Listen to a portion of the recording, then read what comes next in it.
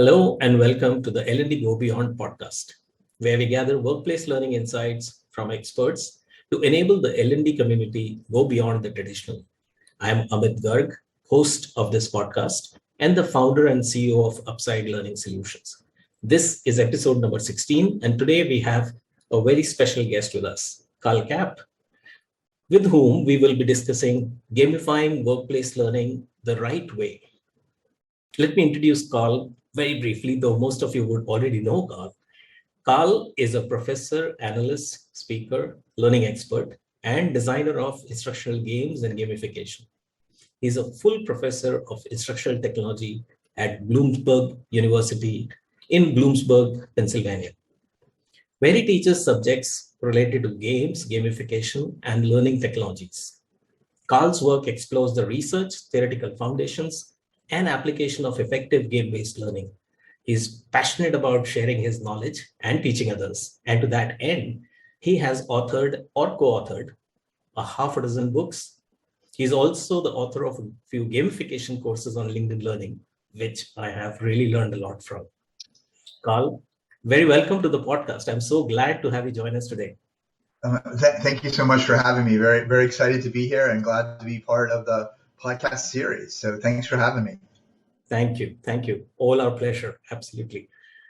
So Karl, if you could get started with, just defining gamification, because, how is it different from games, and especially maybe in the context of workplace learning. I do think a lot of people still get confused about gamification, and yeah, I'm sure you will have the right way to express it. Well, there's definitely confusion about gamification versus game-based learning, and I think probably because they both have the same, beginning game. Gamification really, I think the mistake a lot of people make is they assume that gamification necessarily equals some kind of a game. Yeah. And it uses, the real concept or idea is using game elements or the pieces of games. So for example, a progress bar in some ways is gamification. A feedback loop in some ways is gamification. So it doesn't necessarily have to look like a game to be gamification.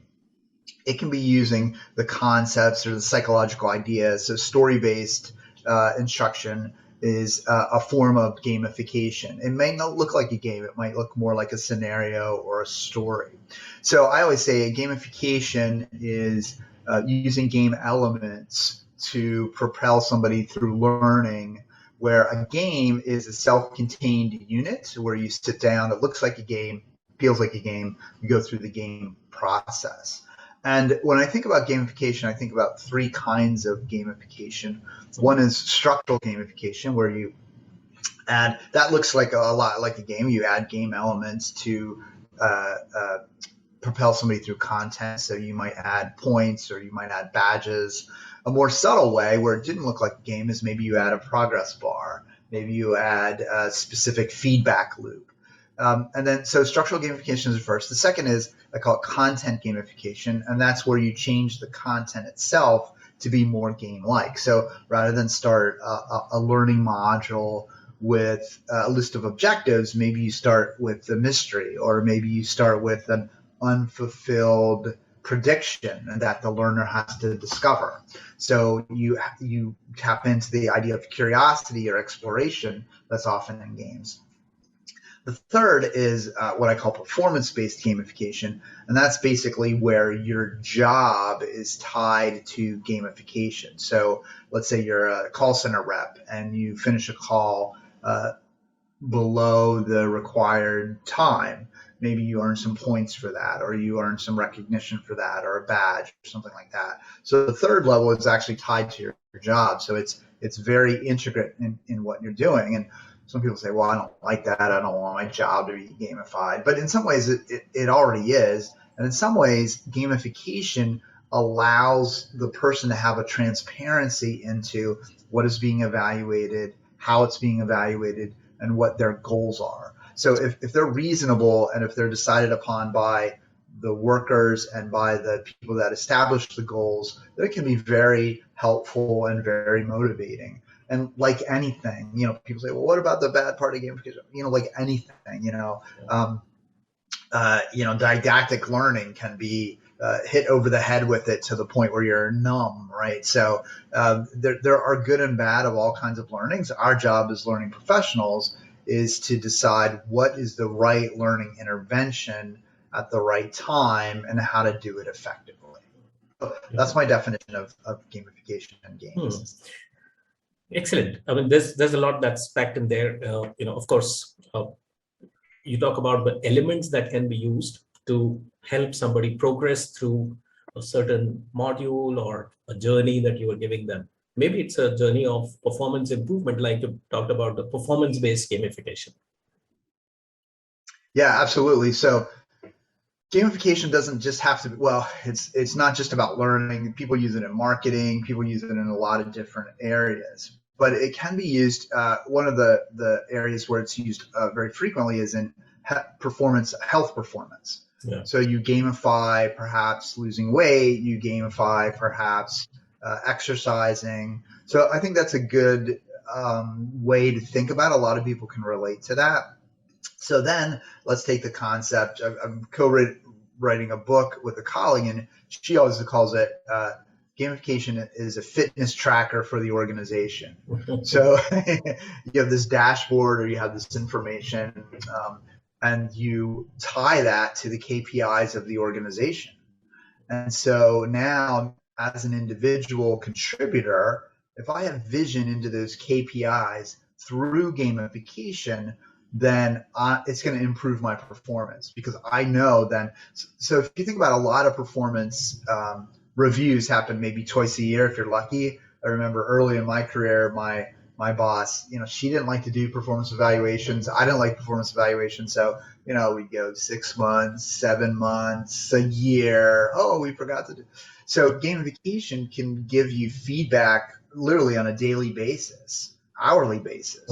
And so I always know how I'm performing and what I need to do to maybe perform better or to reach my goal. And if it's done correctly, if I'm not performing, it will give me instruction, job aids, and help to perform at the level that I need to perform.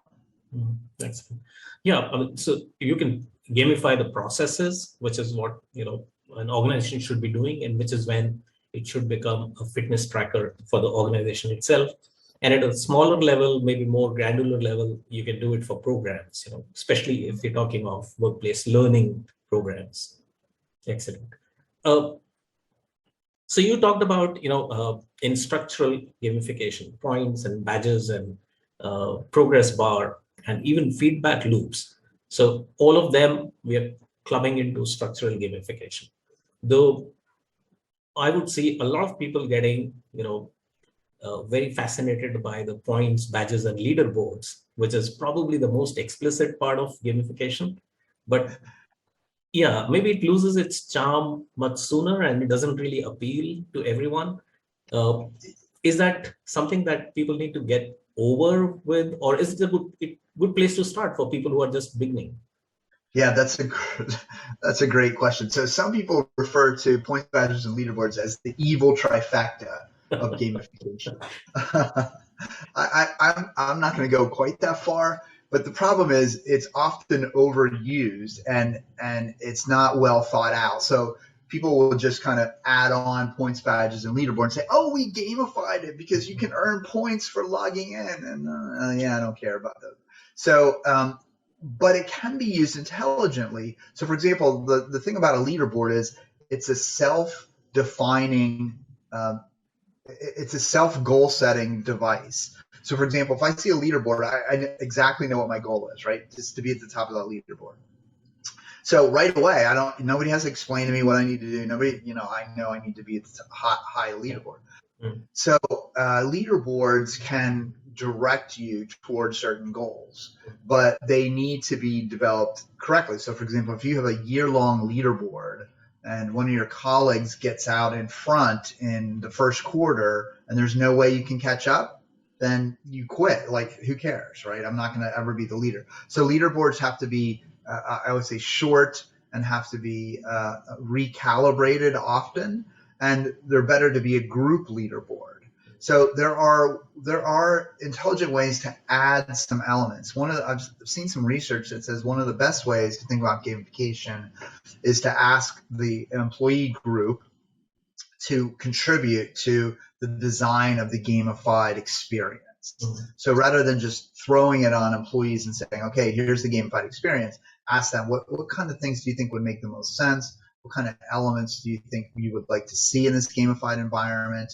I'm working with, as I said, my colleague Brett Morrison. She and I are working on a new book, and she's at Microsoft, mm-hmm. and she talks about every month they have a meeting with the gamification people in the lines of business who are bringing ideas from the employees about what they want to see in a gamified solution. So that is a good way to think about it. It's not bad to get started with points, badges, and leaderboards, but you have to do it intelligently. So, for example, randomly assigning, you get 10 points to log in, you get 10 points, et cetera, is not as helpful as saying, this activity is potentially worth 10 points. If you don't do it well, you only get 5 points. But now let's use those 5 points to figure out what went wrong and to give you feedback on, hey, you should do this and this and this better. What's missing a lot with gamification is we gamify the end and not the process. So, for example, we'll say whoever sells the most wins. The problem with that is the people that already know how to sell the most are already going to win, and they're going to get higher commissions. They're going to make more money. And if you say, try harder and win, if I don't know what to do, then I could try as hard as I want, but I'm not going to get there. So what we want to do is take the behaviors that lead to top sales. Mm-hmm. For example, maybe the behavior is making more phone calls or taking better notes in your CRM system or whatever that happens to be. And let's gamify those behaviors, because then you're incentivizing the behaviors that eventually lead to the outcome. So you're helping people get better at the identifying and then getting better at those behaviors rather than identifying something that some people already know how to do well and some people don't. And so you're not really gonna change the needle much unless you gamify the behaviors that make up that ultimate outcome. That's a brilliant point. And we see the process coming in here as well, but it's a process that maybe an individual is going through. So instead of really just looking at the end outcome, we should be gamifying the whole process and elements which are enabling that overall performance or achievement. So at different levels, we can identify and possibly improve people on each of those steps. Exactly. If you help somebody identify and then improve a behavior that leads to an ultimate goal, then you're making them better. If you're just incentivizing them for an ultimate goal, they might get better, they might not get better. And I also believe, and I don't have any empirical evidence for this, but I also believe that if you just gamify the outcome, people are more likely to game the system or to cheat the system because they want that outcome. Yeah. But instead, let's gamify the learning or the behavior that leads to that outcome. Yeah, that makes great sense. But fundamentally, my takeaways from that is not bad to start with PBLs, but if we can do it more intelligently in a manner that it is incentivizing the right thing, it will be better for the organization. Exactly. Yes. Yeah. It's not, PBLs are I joke about the evil trifecta. They can be very effective. Again, when implemented correctly, there's definitely research out there. There's definitely case studies out there that show that it does shape and move behavior. Mm-hmm. And the other interesting thing is the pushback. People always say, well, that's extrinsic motivation, right? Mm-hmm. So we should be intrinsically motivated. Well, there's a couple of things. Some jobs that people have, it's not very intrinsically motivating. I'd like to believe that they're all intrinsically motivating, but they're not. Mm. But the more important thing is, this is fascinating, some of the research on intrinsic versus extrinsic motivation was itself flawed. So some of the researchers created instruments that said you could only identify as being either intrinsically motivated or extrinsically motivated. You couldn't say that you were both. Well, the reality is, as humans, we are both intrinsically and extrinsically motivated. So somebody may want to get a master's degree, go on for further education. They may enjoy the educational process, intrinsic motivation, but they also might get a raise when they're done with the extrinsic, and there's nothing wrong with that. So I think some of the pushback against gamification is a misunderstanding of the complexity of humans. They're like, oh, well, people will be manipulated. I mean, people understand if they're being manipulated, and they choose to opt in or opt out, or they make decisions. I think, in the United States, the Great Resignation process shows that if people feel that they're exploited or that they're taken advantage of, the first opportunity that they get, they're going to opt out. So I think it's important for us to give the people that are participating a little bit more credit than just saying, oh, we're manipulating them, or, they're doing things that were like this great, puppet master. I don't think that's the case. I think it's definitely more collaborative. There are downsides to gamification, just like any instructional intervention. So we just have to be smart about it. Yeah. Great points, Karl. I think I was thinking about intrinsic and extrinsic. There is a possibility that people may start due to some extrinsic motivation, but after they have gone through the process of doing something, they may have more intrinsic motivation because they may start seeing the results of it. Let's say exercising. You may have an extrinsic motivator, but once you do it for 5, 10, 15 days, you might start feeling good about it. So you may not need. So is there a chance that you can convert from extrinsic to intrinsic after a certain while? Yeah, that's a great question. There actually is. So in my book, The Gamification of Learning and Instruction, I actually talk about a research article about grades. And the research showed, that particular study, showed that the act of getting an A actually can eventually become intrinsic. So the extrinsic A becomes intrinsic, and people strive just to do better because they're motivated to do that. So there's definitely that possibility. And again, who doesn't want to do well, right? So even though you're recognized for it, you're still internally driven to do well. Who doesn't want to get exercise and get in shape? So there's a lot of that. I think when done well with the extrinsic motivation, is just gives you that extra little kick to do what that you should have been doing already. And that's a good way to look at it. It recognizes it. The other thing about gamification that I think people ignore a lot is that we're social creatures, and so we like to be recognized by others. We like other people to know what we're doing to a certain extent. And so gamification, with awarding somebody on a leaderboard or giving somebody a badge that they're able to show, is another way of social signaling that, hey, I'm competent, I know what I'm doing, I'm kind of, look at me. So we've been doing it for since humans have been on Earth. So I think that it taps into something that's really kind of interesting. And the other thing that I think is interesting, if you then take some of the elements of gamification are just ideas about, it's not based on fun, but some of it adds fun to an environment that might not really be that much fun.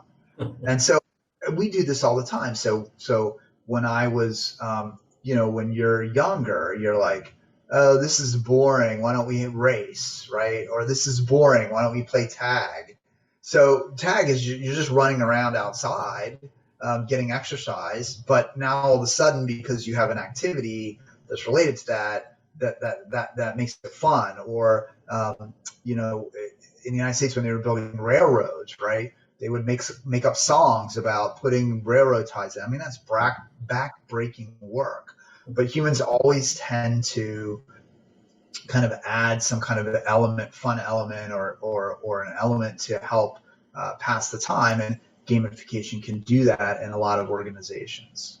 Yeah, yeah, excellent points. And it got me thinking about early success in even learning programs could generate motivation to go through the program. So I think there is enough research which suggests that give learners to do something and let them succeed at it, so they are happy with it and they can then pull some energy to do more difficult tasks that are coming up. So that's may not be as explicitly classified as extrinsic motivation, but probably it will overlap it, and fit into that category. Yeah, I definitely think so. I mean, overcoming challenges is definitely builds confidence and actually leads people to want to take on more challenges. So you're absolutely correct. Yeah, exactly. Fantastic. Excellent. Okay. So if L&D people are considering gamification and they have to tell their management teams that gamification can help improve learning outcomes, is there a way they can go and explain this to their management teams? This is how it is going to impact. And maybe they may want to also focus on structural gamification a little more, or maybe they want to explain content if they're able to do that. Because as I said earlier, most people are really focused on structural to begin with. Yes.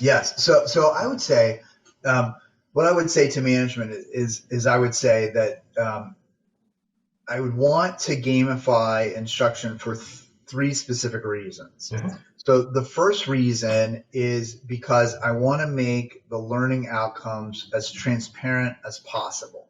Mm-hmm. So through gamification, again, I think that has the opportunity to make transparent learning outcomes. The second is I want to make the instruction as motivational as possible. And so gamification uses a lot of motivational elements to propel people through content, earning points, getting lifelines, having that kind of information. So I think that's good. The third thing I would say to people about gamification of learning is I want to socialize the learning process. So sharing my accomplishments with a badge, or sharing how many points I've gotten, or things like that, is a way to socialize that process.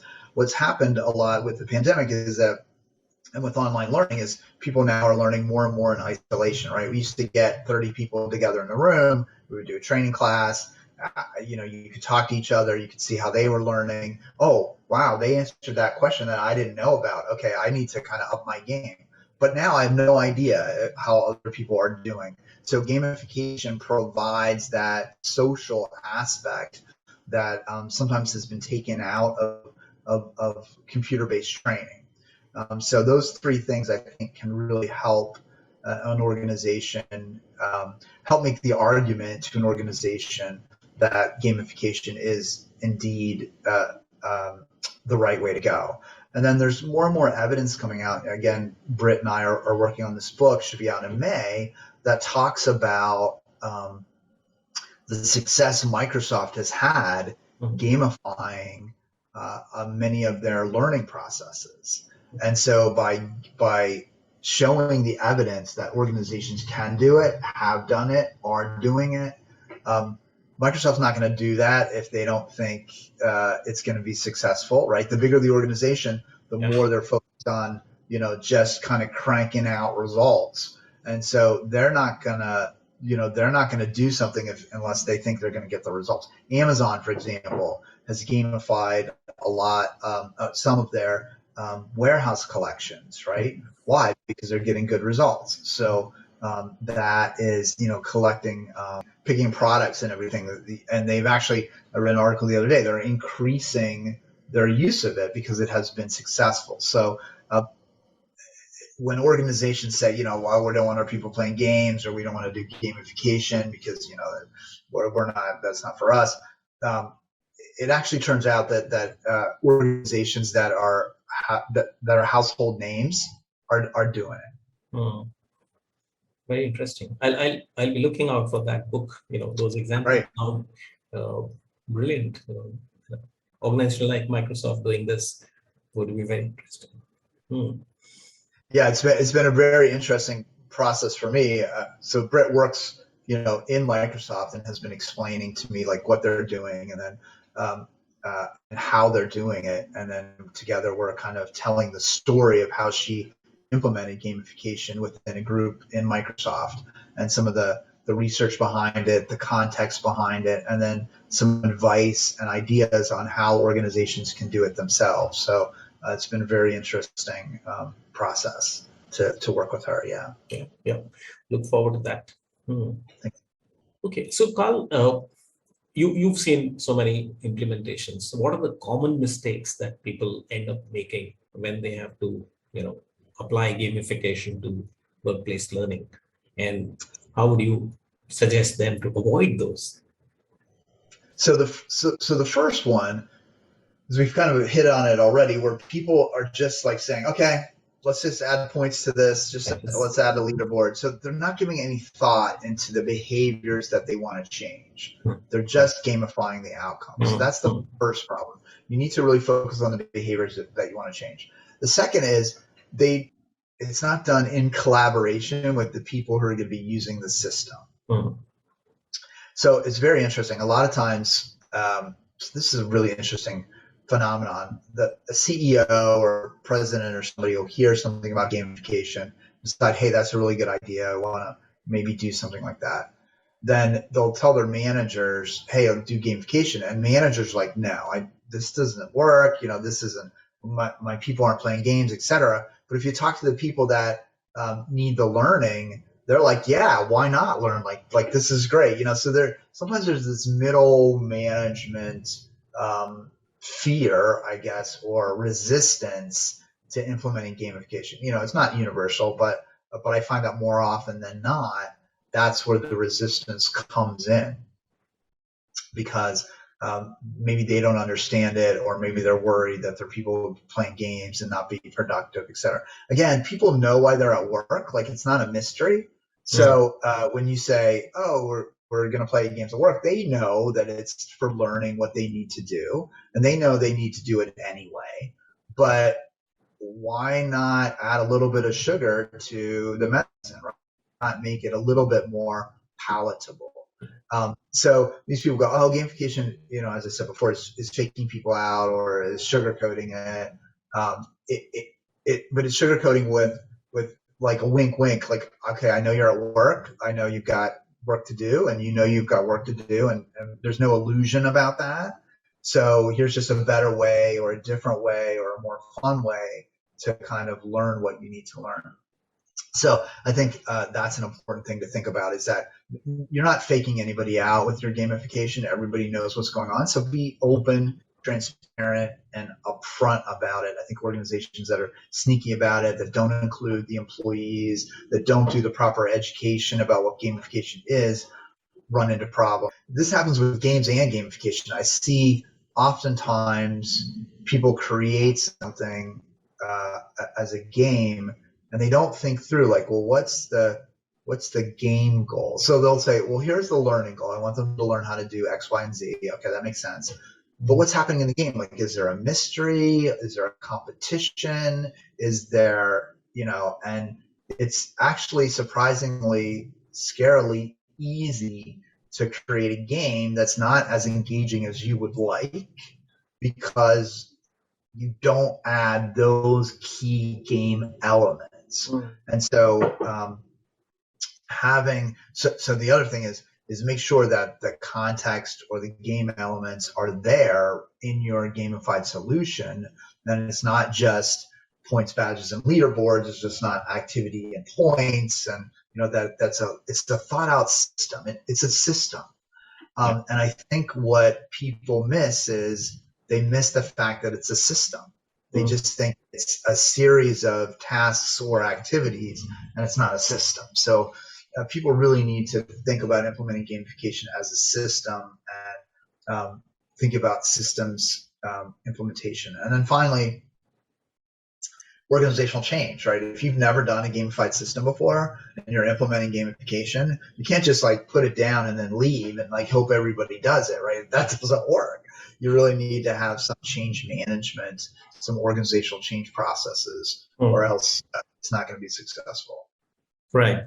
Some of the biggest challenges, not focusing on behavior, but focusing on PBLs, not being, doing it in collaboration with the teams that are going to use the system.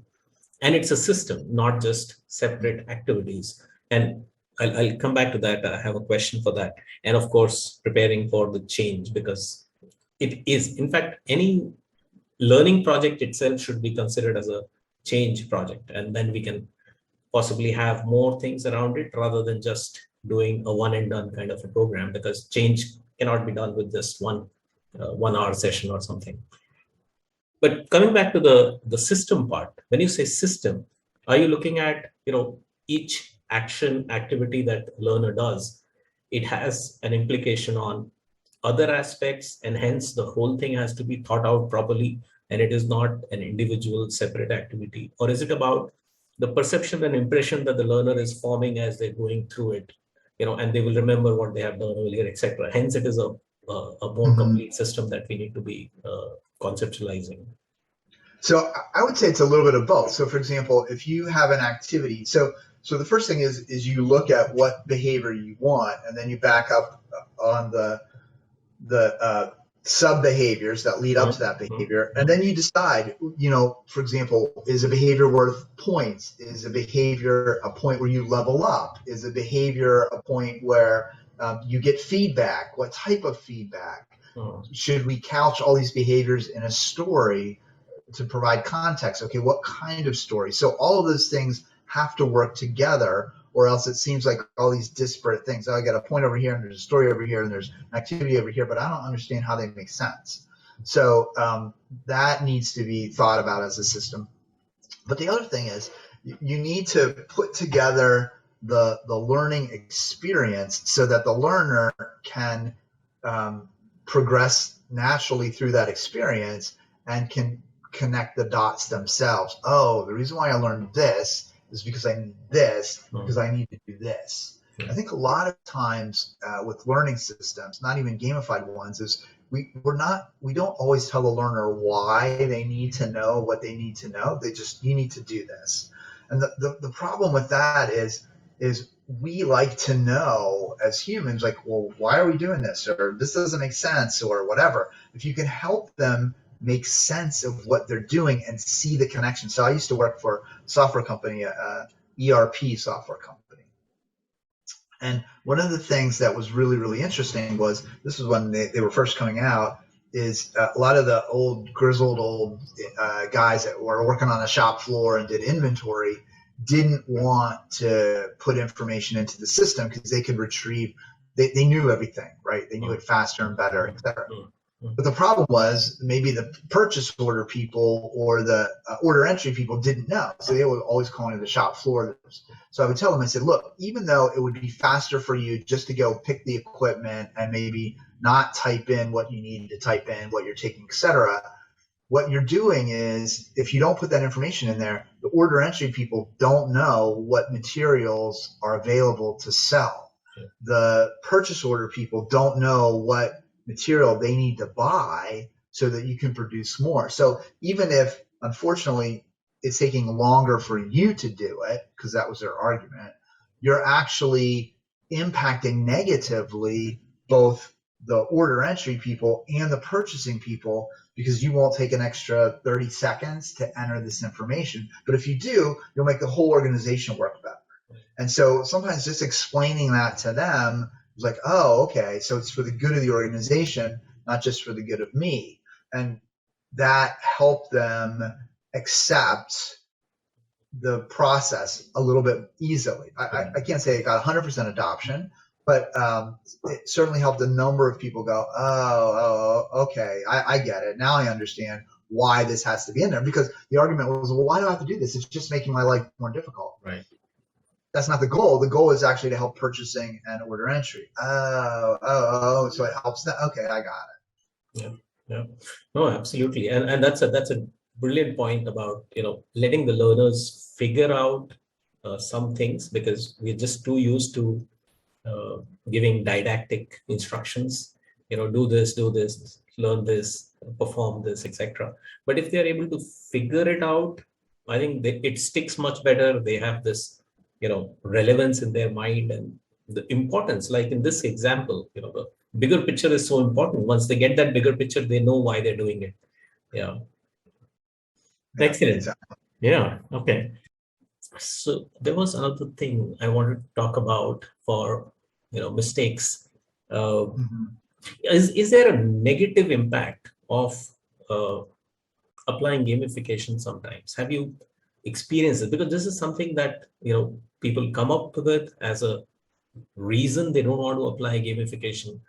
Oh, some of our people won't like it, they won't get into it, or it may be demotivating for a few people. How valid is that reasoning? Yeah. So I think those are all valid points. So for example, if you don't create a system where you're resetting the leaderboard on a regular basis, I always say the first person on the leaderboard is highly motivated. The 11th person is kind of motivated. The 100th person is demotivated, right? So you really need to be careful on how you do that. That's why team-based leaderboards work a lot better in an organization than an individual leaderboard. The other thing is, with a gamified system, there is an opportunity to game the system. So you have to constantly be vigilant about the system.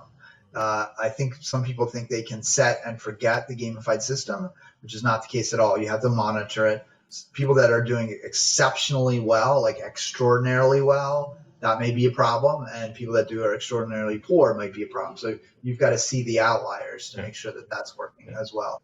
The other thing that you want to do is you want to make sure that the gamification is not just uh, digital, but it's part of the organization. So if somebody accomplishes something, then at the team meeting, the manager or whomever needs to recognize that. It can't only be caught up in a digital environment. It needs to be part of the organization. So that's another important area that people make a mistake with gamification.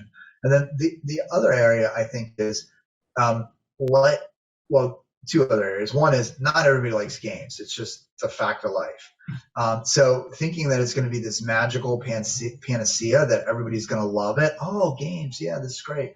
Is not going to be the case. You're going to get resistance, and you've got to figure out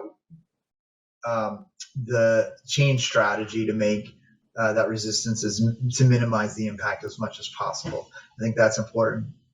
I think the other thing is too is that as people we get really bored with stuff really quickly. So if you don't have a strategy to change the gamification every once in a while, to add a new element into it, to change it up a little bit, then it'll just become another thing. Yeah, whatever. It's points. I don't care. The other thing is it has to be meaningful. So if you're earning points and you're earning badges and nobody you don't get anything for it, nobody cares, nobody says how you're doing, eventually it will wither and die on the vine. So you really need to consider how you have to manage the program. It takes some work. It takes some effort. It takes some human power to keep it going. So you cannot ignore the gamification. So if you as an organization think, oh, we'll set it up, we'll get it working, people will be super productive, and then that's awesome, we're done. You're not done. You need to monitor it and maintain it just like you do any other corporate initiative, or else it just dies like any other corporate initiative. Yeah. Yeah. So the thing that you just mentioned about, some people may not be excited by even the name of gamification, and maybe they are the exact opposite of people who are excited by the visible aspects of gamification, which is PBLs, and there are people who are kind of, they have negative feelings about the visible aspects of gamification.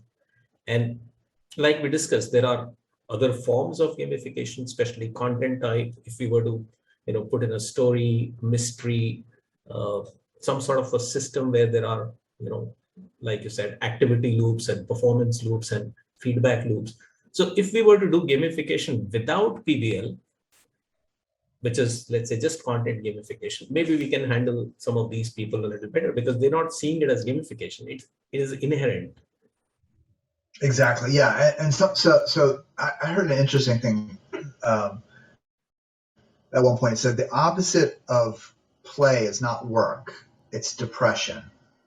So but there's this perception that work and play should not, kind of combine. That's a bad thing. But if you think of creative organizations, if you think of Apple, you think of those there's a little bit of sense of play. Mm. So exactly, if you have a huge resistance to the points, badges, and leaderboards. So, for example, somebody said to me one time, "Hey, we want to do some gamification for engineers, and they're all really serious, and so they don't want any points and badges and leaderboards." I'm like, "Well, but what do engineers like to do? They like to solve problems, right? So why not, instead of saying you're going to get points and stuff, why not put a series of challenges as problems and let them tackle the problems?" And that was a really great solution for that group of individuals. So an organization needs to look at their culture and decide what elements of gamification make sense within their culture. So if your organizational culture is a bunch of staid bankers, then probably having cute little characters is not really the way to go, right? But maybe having dashboards where you can look at your points and a form of internal currency and interest and making like hedging bets, that might be really interesting to the group of bankers. Competitive-based gamification might not always work. I have a card game I created called Zombie Sales Apocalypse, and it's a bunch of scenarios that deal with sales. And I was doing it in a face-to-face workshop, and one of the women in the front said, "This game is horrible. I hate this game. This is awful. I would never have this in my organization." And I'm like, okay, well, a little taken aback, but I said, okay, is anybody else? What do you feel about the game? Woman in the back goes, "I love this. This is the best game I've ever played. This is fantastic. I really want to use this game." And I said, "Well, what's going on here?" So I said to the woman in front, "What department are you in?" She says, "I'm in HR." I said to the woman in the back, "What department are you in?" "I'm in sales." Right? So it was a highly competitive game. Salespeople loved it. Human resources was like, I want a little softer game, right? So knowing the culture of the department or organization that you're implementing gamification, to your point, helps you make the decision if it's PBL or if it's other elements that will be more effective with that particular group. Yeah, that's a great way to take it forward depending on the type of organization or a bunch of people that you're dealing with. And there is no one right solution for every set of audience that you may have. Brilliant, brilliant. All right. So I want to talk about or ask you about, there's another set of myths or perceptions that maybe the teams have or their management teams have about gamification being very expensive. You touched on the other one, which is, oh, this is fun. Our content is very serious, or we are serious people, whatever. Are there particular ways how L&D teams can handle that, especially the expense part? Because I think there is a perception that doing gamification is very expensive. Yeah, so that's a really good question. So to me, gamification is a design methodology and not necessarily the technology. So I think a lot of people say, well, gamification equals technology, therefore it's expensive. And sure, it could be, but gamification is also how you approach a subject. So earlier we talked about content gamification, where you make content more game-like by starting a lesson with a mystery instead of a learning objective. There's no more expense to that than creating the learning objective. If you add characters to your learning, there's not a large expense to, have a character guide you through or create a case study or scenario. I before the pandemic was using card games. Card games actually, right before the pandemic, were a huge upsurge in card and board games to create a learning experience. So it doesn't have to be very expensive. There are now tools that are much less expensive than in the past to create gamified experience. So I would say to those people who think it's really expensive, the first thing you need to do is look at the affordances of gamification and decide how you can integrate that into what you're already doing, even at a small level, before you go ahead and buy this huge gamified learning management system. And the other thing is, a lot of learning management systems already have gamification built into them, because when gamification became big, the big LMS people said, "Hey, we need to have this in our," and so they incorporate it. Yeah. So some people have it and don't even know that they have it. So that's another thing to think about. But I think it first start as design affordance, and then think of things like card games and board games and those kind of elements. The second, in that we don't play games in our organization, or we don't like to learn through play. One of the things that I think is the most fascinating is that if you take life and death situations like the military, war games, they've been doing war games since like the 1600s, if not before the 1600s. Kriegspell out of Prussia. Before that, chess is an abstraction of war factions, right? So people have been gaming and strategizing and playing war for forever, and nothing is more serious than war.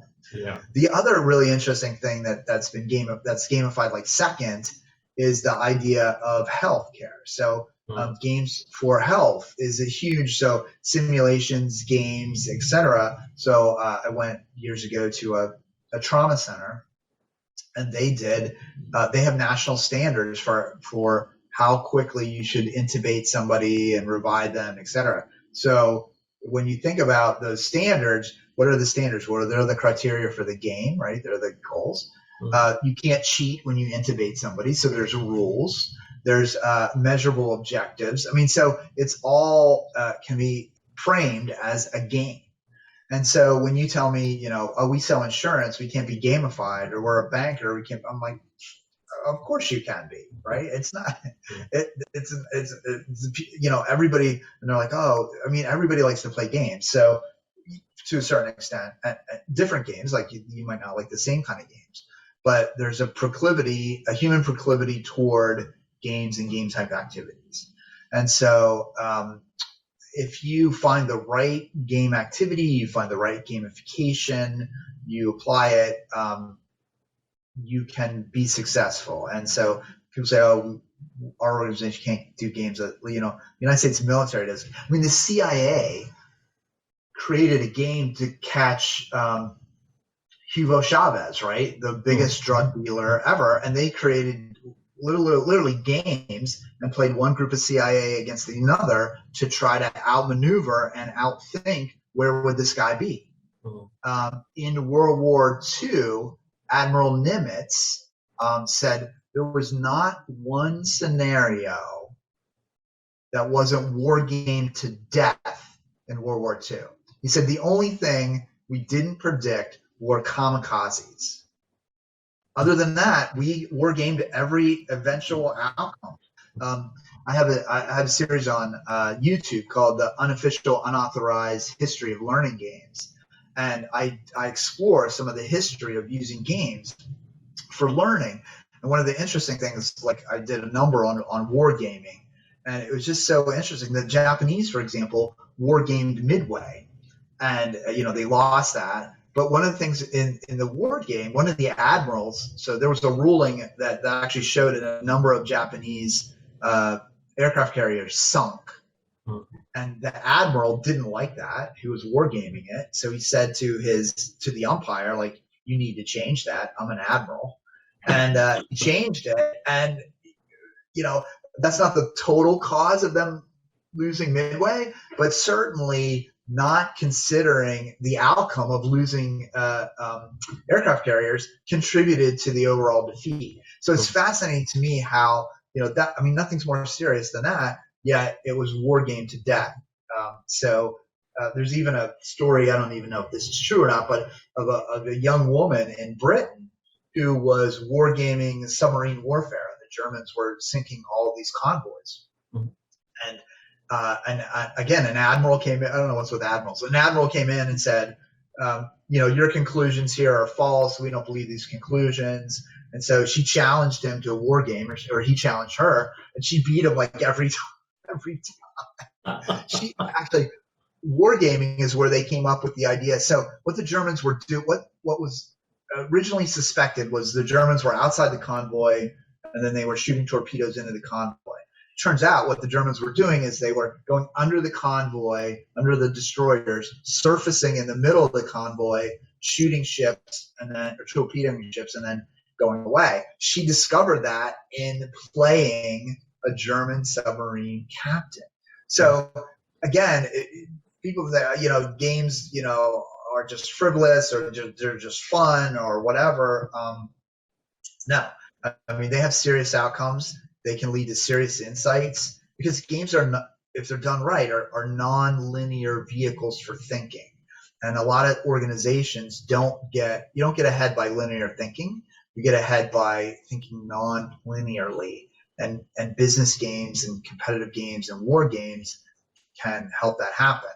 And so, it's interesting, and it's not fun in the traditional like haha laugh out loud fun, but it's fun in that it's hard intellectual work thinking like your opponent. And doing that then allows you to outmaneuver them and is great in a marketplace that's highly competitive. And the thing is, most organizations, because they become so lean and so focused on the bottom line, don't take the time to think about their competitive landscape or do it cursory. This gaming allows you to think at it a much deeper and a much more profound level. And that, I think, is a really good way to think about the fun in games. And again, the fun in terms of intellectually challenging, intellectually motivating, fun on that level. That's a great answer, Karl, because anybody who says, oh, we are serious, our content is serious. I think the war games and the example you gave for nurses are great examples to be shared. And hopefully they'll understand it a little better, that if it can be used there, then why not here? Also, there was a great point that you made about non-linear thinking, which is kind of going back and forth and trying to see different options and going to the various branches. What would have happened if I did this? What happens if I did this? And that can really clarify a lot of things. So there is sometimes no single path to doing the correct thing. And sometimes you need to know the other paths, So I think, that's a fantastic way to look at it here. Yeah, I think that's important. I think the other thing that's important is, I get asked this question a lot too about like fantasy. Should our games have some fantasy? Should there be some level of unrealness? And what fantasy does is allow us to think the unthinkable. So a couple examples of that. So, when 9/11 hit the United States, everybody said, oh my gosh, nobody could have predicted this. Nobody thought this would happen. But there were a number of novels and books that predicted exactly that happening, right? It was fiction, but it allowed people to think outside of the box. In 1970, there was actually a board game put out by BP that one of the elements in the board game was a blowout in the middle of the ocean of one of their platforms. So, I mean, somebody predicted that could happen, right? Yeah. So imagine if people on the platform had been gaming that, war gaming that to an extent, and they would know how to better react to that situation. Because a lot of times when a trauma happens or a situation happens, like a competitor comes in or there's a disaster or whatever, we're frozen for a long time just trying to process what we think is the unthinkable. Right. And fantasy allows us to think the unthinkable, which actually makes us more prepared if the unthinkable happens. And so I think that's an element of games that people in serious games and organizations leave out. And I think that's at their own peril, leaving that out, because having that sense of being able to think differently allows us to consider alternatives that maybe we would never have considered before. Excellent. Yeah. I'm also thinking, going back to the example that you gave for nurses, what if that is not called a gamified solution, but something like a hospital simulation? Does that resonate better with, because you may not be always adding points and badges there, you may be just saying you saved so many minutes, or you helped somebody's life, save somebody's life, etc., or something of those Exactly. types. So, it can easily be communicated as a simulation. Right. So that's part of the problem with the PBLs, right? We think we have to have points, et cetera, et cetera. But in a nursing situation, the real currency is not points, it's time, right? It's health. Yeah. So we can use health and time as a way of scoring points, so to speak. Well, we don't even have to mention points. I'm working with a number of applications, companies that have launched applications, and one of them is called Kashi, and it's credit cards to teach kids how to manage money. And one of the things that I talk about with them is managing money and savings. That's your points. Like, you don't have to have points on top of currency, because you've got the points right there. It's currency. Points can add certain things, but that's not a requirement right away, because you already are keeping score by currency. So a lot of times we don't have to think about, in a simulation, the things that happen in real life, the real life feedback, the real life indication, like the minutes saved or the health saved or whatever, or market share for a company. Those can be more meaningful than bolting on points or badges. Excellent. Anything else, Karl, that you would want to suggest, which we may not have covered, that L&D folks need to be taking care of if they want to do gamification of workplace learning right? So the one piece of advice I give to everybody who's thinking about gamification or game-based learning is to play games. Mm-hmm. So a lot of times people say, hey, I'm going to gamify this. And I'm like, well, what's your favorite game? I'm like, oh, I don't play games. I don't like games, or I don't know games. So my number one piece of advice is go play all kinds of games that you like, games that you don't like. If you like word games, play strategy games. If you like strategy games, play first-person shooters. If you like first-person shooters, play puzzles, play all kinds of games, and then think about and reflect on what were you doing in the game, what was engaging, what was not engaging. So really, we talk about, you can't write a novel unless you have some degree of literacy. I think you can't create a game or gamification unless you have game literacy, which is understanding how games work and how games unfold. So that would be my piece of advice, and the thing that I would encourage people to take away from our discussion. Fantastic. Thank you so much. Just for our audience, of course, you can catch Karl on LinkedIn. He's very active there. That's the best place to catch you, Karl? Yeah, probably LinkedIn is good. That's where I put my links to my, I've got like I said, a YouTube series and books on Amazon and courses in LinkedIn Learning. So I usually consolidate a lot of that. I have a newsletter on LinkedIn, so people could subscribe to that, and that would keep them up to date on any game-based kind of activities. Fantastic. Thank you so much, Karl. It was a real pleasure talking to you today. It was very Thank you. I enjoyed talking to you. Thank you. Thanks.